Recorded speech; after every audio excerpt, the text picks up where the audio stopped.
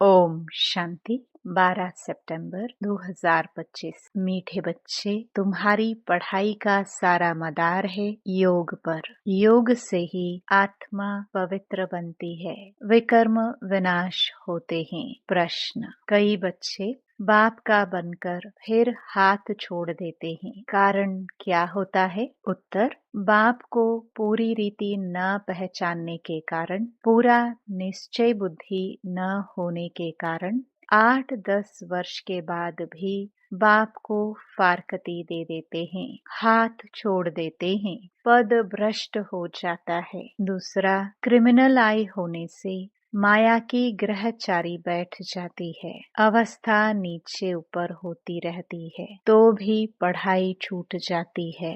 ओम शांति। रूहानी बच्चों प्रति रूहानी बाप समझा रहे हैं। अभी समझते हो कि हम सब रूहानी बेहद के बाप के बच्चे हैं। इनको बाप दादा कहा जाता है। जैसे तुम रूहानी बच्चे हो, वैसे यह ब्रह्मा भी रूहानी बच्चा है शिव बाबा का।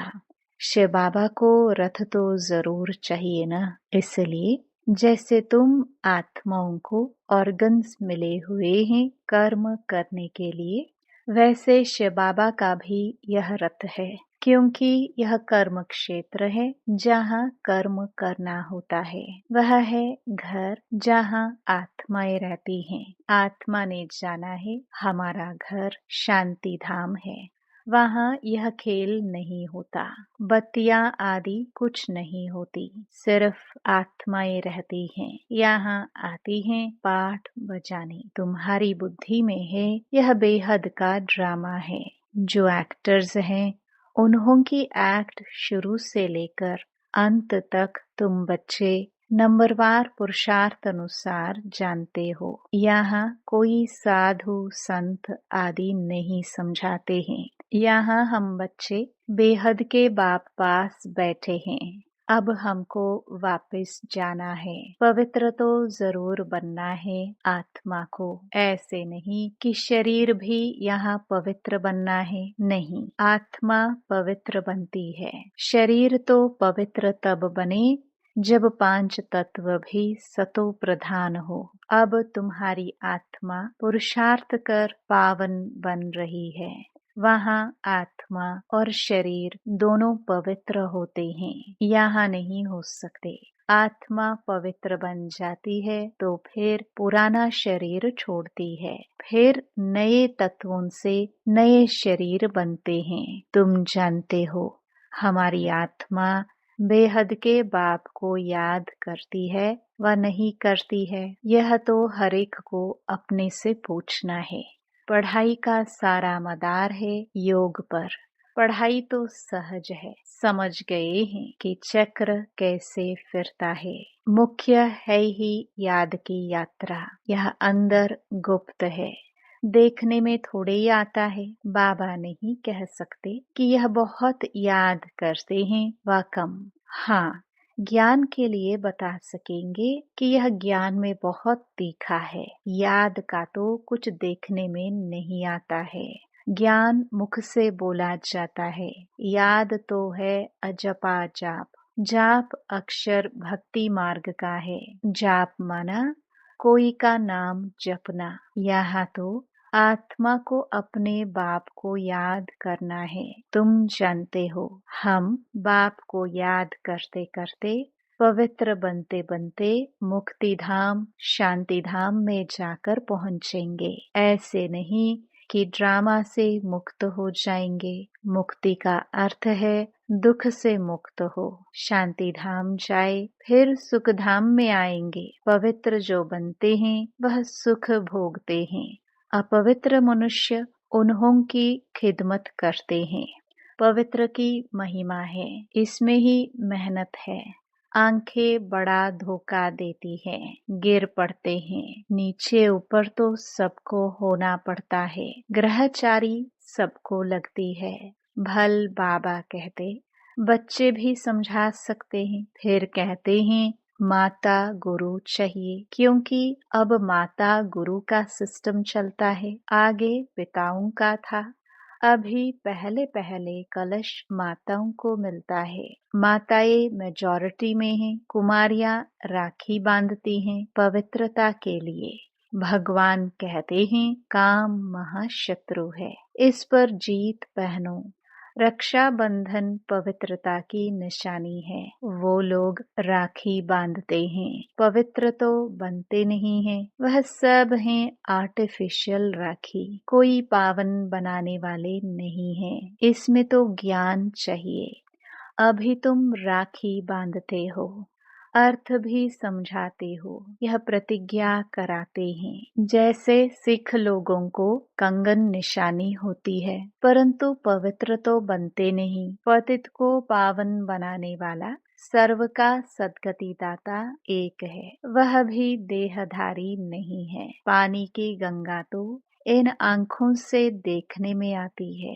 बाप जो सद्गति दाता है, उनको इन आँखों से नहीं देखा जाता। आत्मा को कोई भी देख नहीं सकते कि वह क्या चीज है। कहते भी हैं हमारे शरीर में आत्मा है, उनको देखा है, कहेंगे नहीं। और सब चीजें जिसका नाम है वह देखने में जरूर आती है।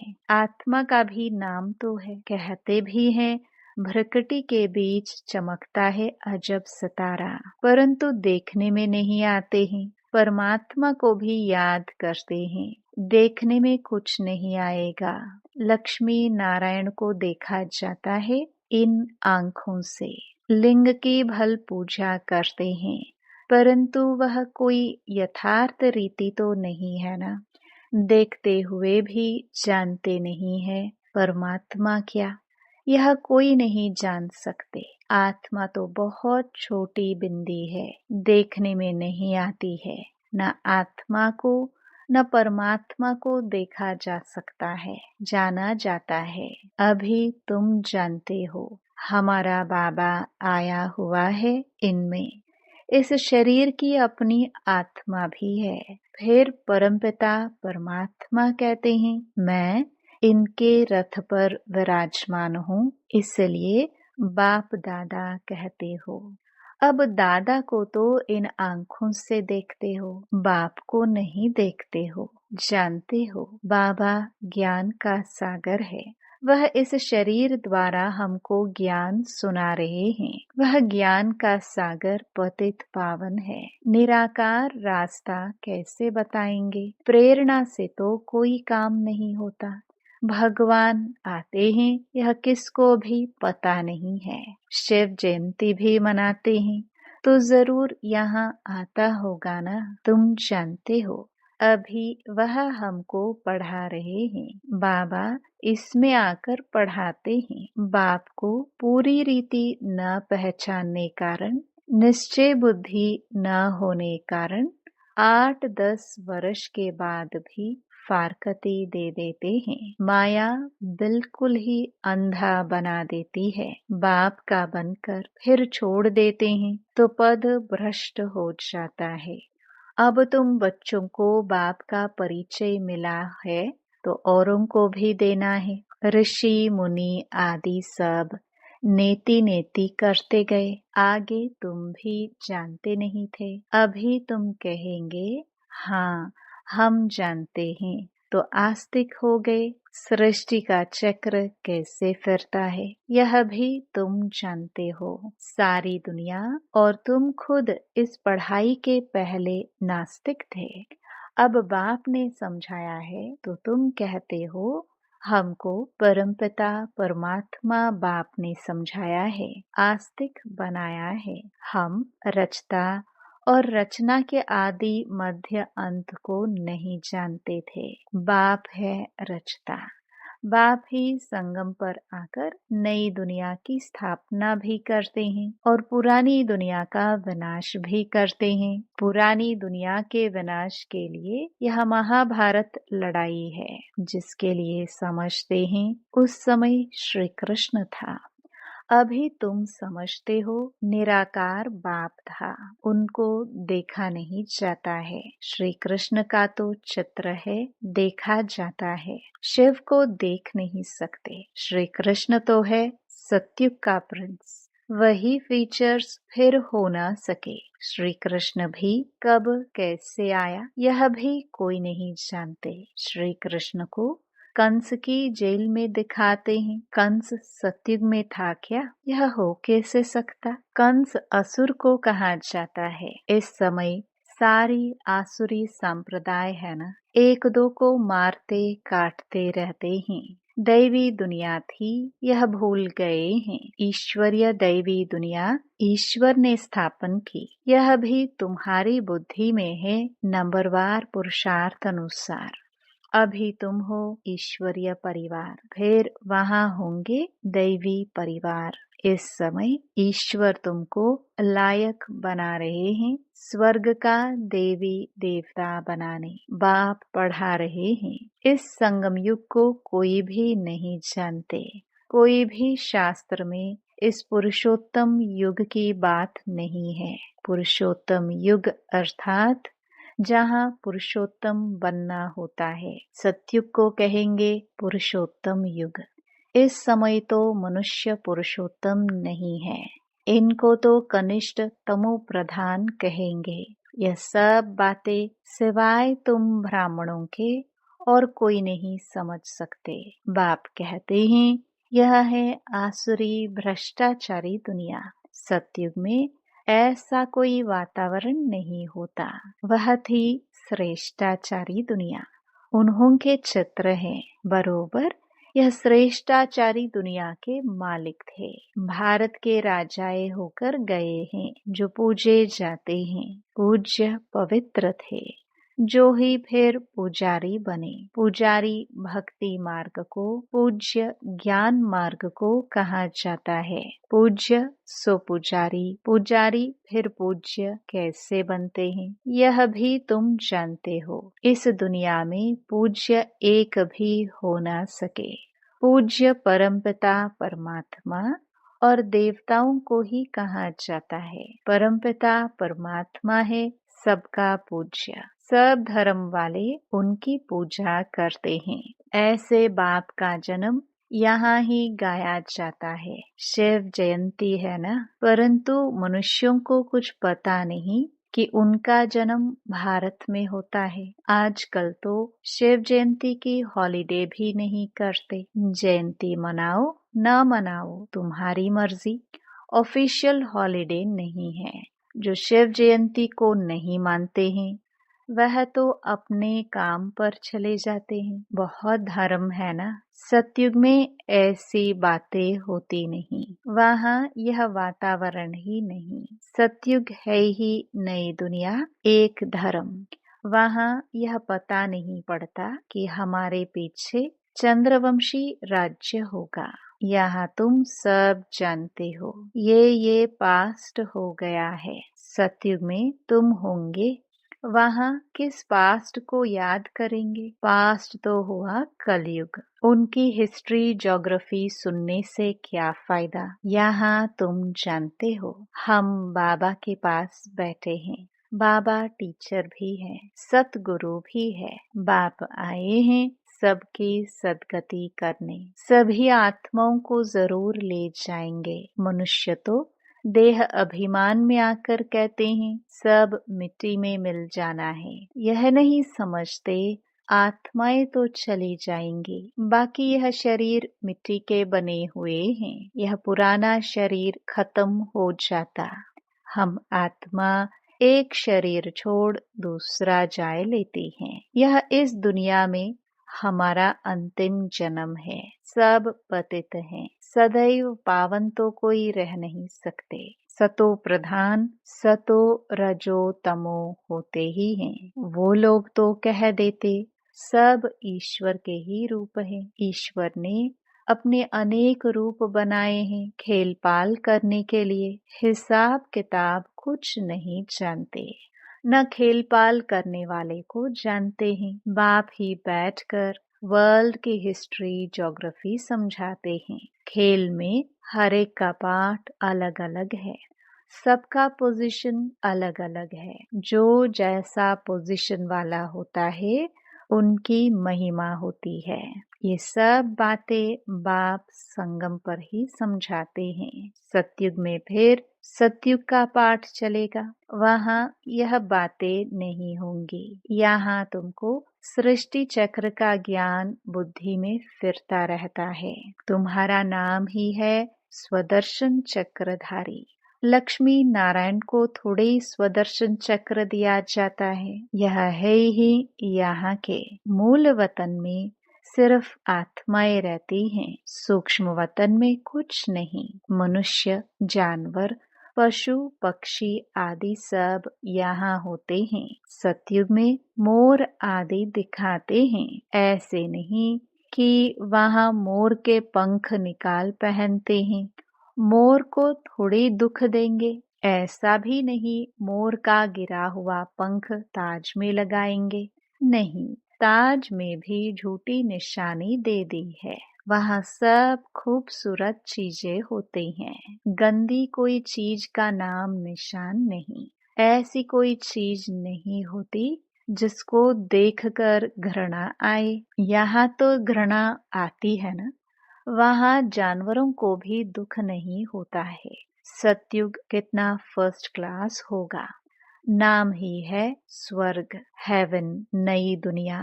यहाँ तो पुरानी दुनिया में देखो, बरसात के कारण मकान गिरते रहते हैं, मनुष्य मर जाते हैं, अर्थक्वेक होगी, सब दबकर मर जाएंगे। सतयुग में बहुत थोड़े होंगे, फिर बाद में वृद्धि को पाते रहेंगे। पहले सूर्यवंशी होंगे। जब दुनिया 25% पुरानी होगी तो पीछे चंद्रवंशी होंगे। सतयुग 1250 वर्ष है। वह है 100% नई दुनिया, जहाँ देवी देवता राज्य करते हैं। तुम्हारे में भी बहुत इन बातों को भूल जाते हैं। राजधानी तो स्थापन होनी ही है।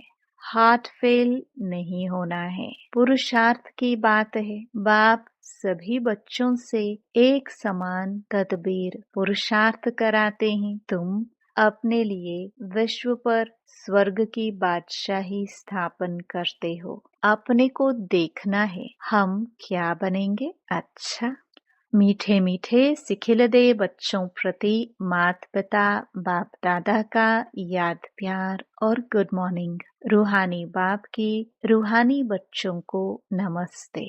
धारणा के लिए मुख्य सार। पहला, इस पुरुषोत्तम युग में स्वर्ग के देवी देवता बनने की पढ़ाई पढ़कर स्वयं को लायक बनाना है। पुरुषार्थ में हार्ट फेल, दिल शिकस्त नहीं होना है। दूसरा, इस बेहद के खेल में हर एक्टर का पार्ट और पोजीशन अलग अलग है। जैसी जिसकी पोजीशन वैसा उसे मान मिलता है। ये सब राज समझ वर्ल्ड की हिस्ट्री ज्योग्राफी का सिमरन कर स्वदर्शन चक्रधारी बनना है।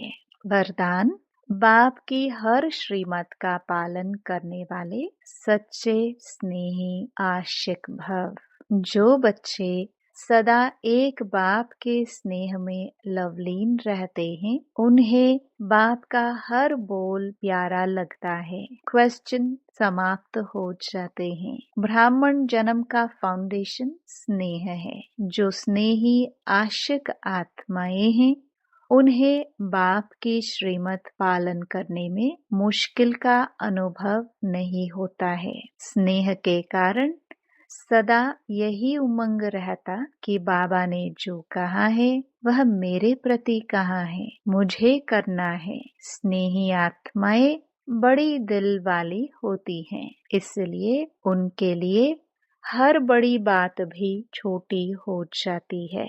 स्लोगन, कोई भी बात को फील करना, यह भी फेल की निशानी है। अव्यक्त इशारे। अब लगन की अग्नि को प्रज्वलित कर योग को ज्वाला रूप बनाओ। ज्वाला स्वरूप की स्थिति का अनुभव करने के लिए निरंतर याद की ज्वाला प्रज्वलित रहे। इसकी सहज विधि है सदा अपने को सारथी और साक्षी समझकर चलो। आत्मा इस रथ की सारथी है। यह स्मृति स्वतः ही इस रथ देह से व किसी भी प्रकार के देह भान से न्यारा बना देती है। स्वयं को सारथी समझने से सर्व कर्मेंद्रियां अपने कंट्रोल में रहती हैं। सूक्ष्म शक्तियां, मन, बुद्धि, संस्कार भी ऑर्डर प्रमाण रहते हैं। ओम शांति।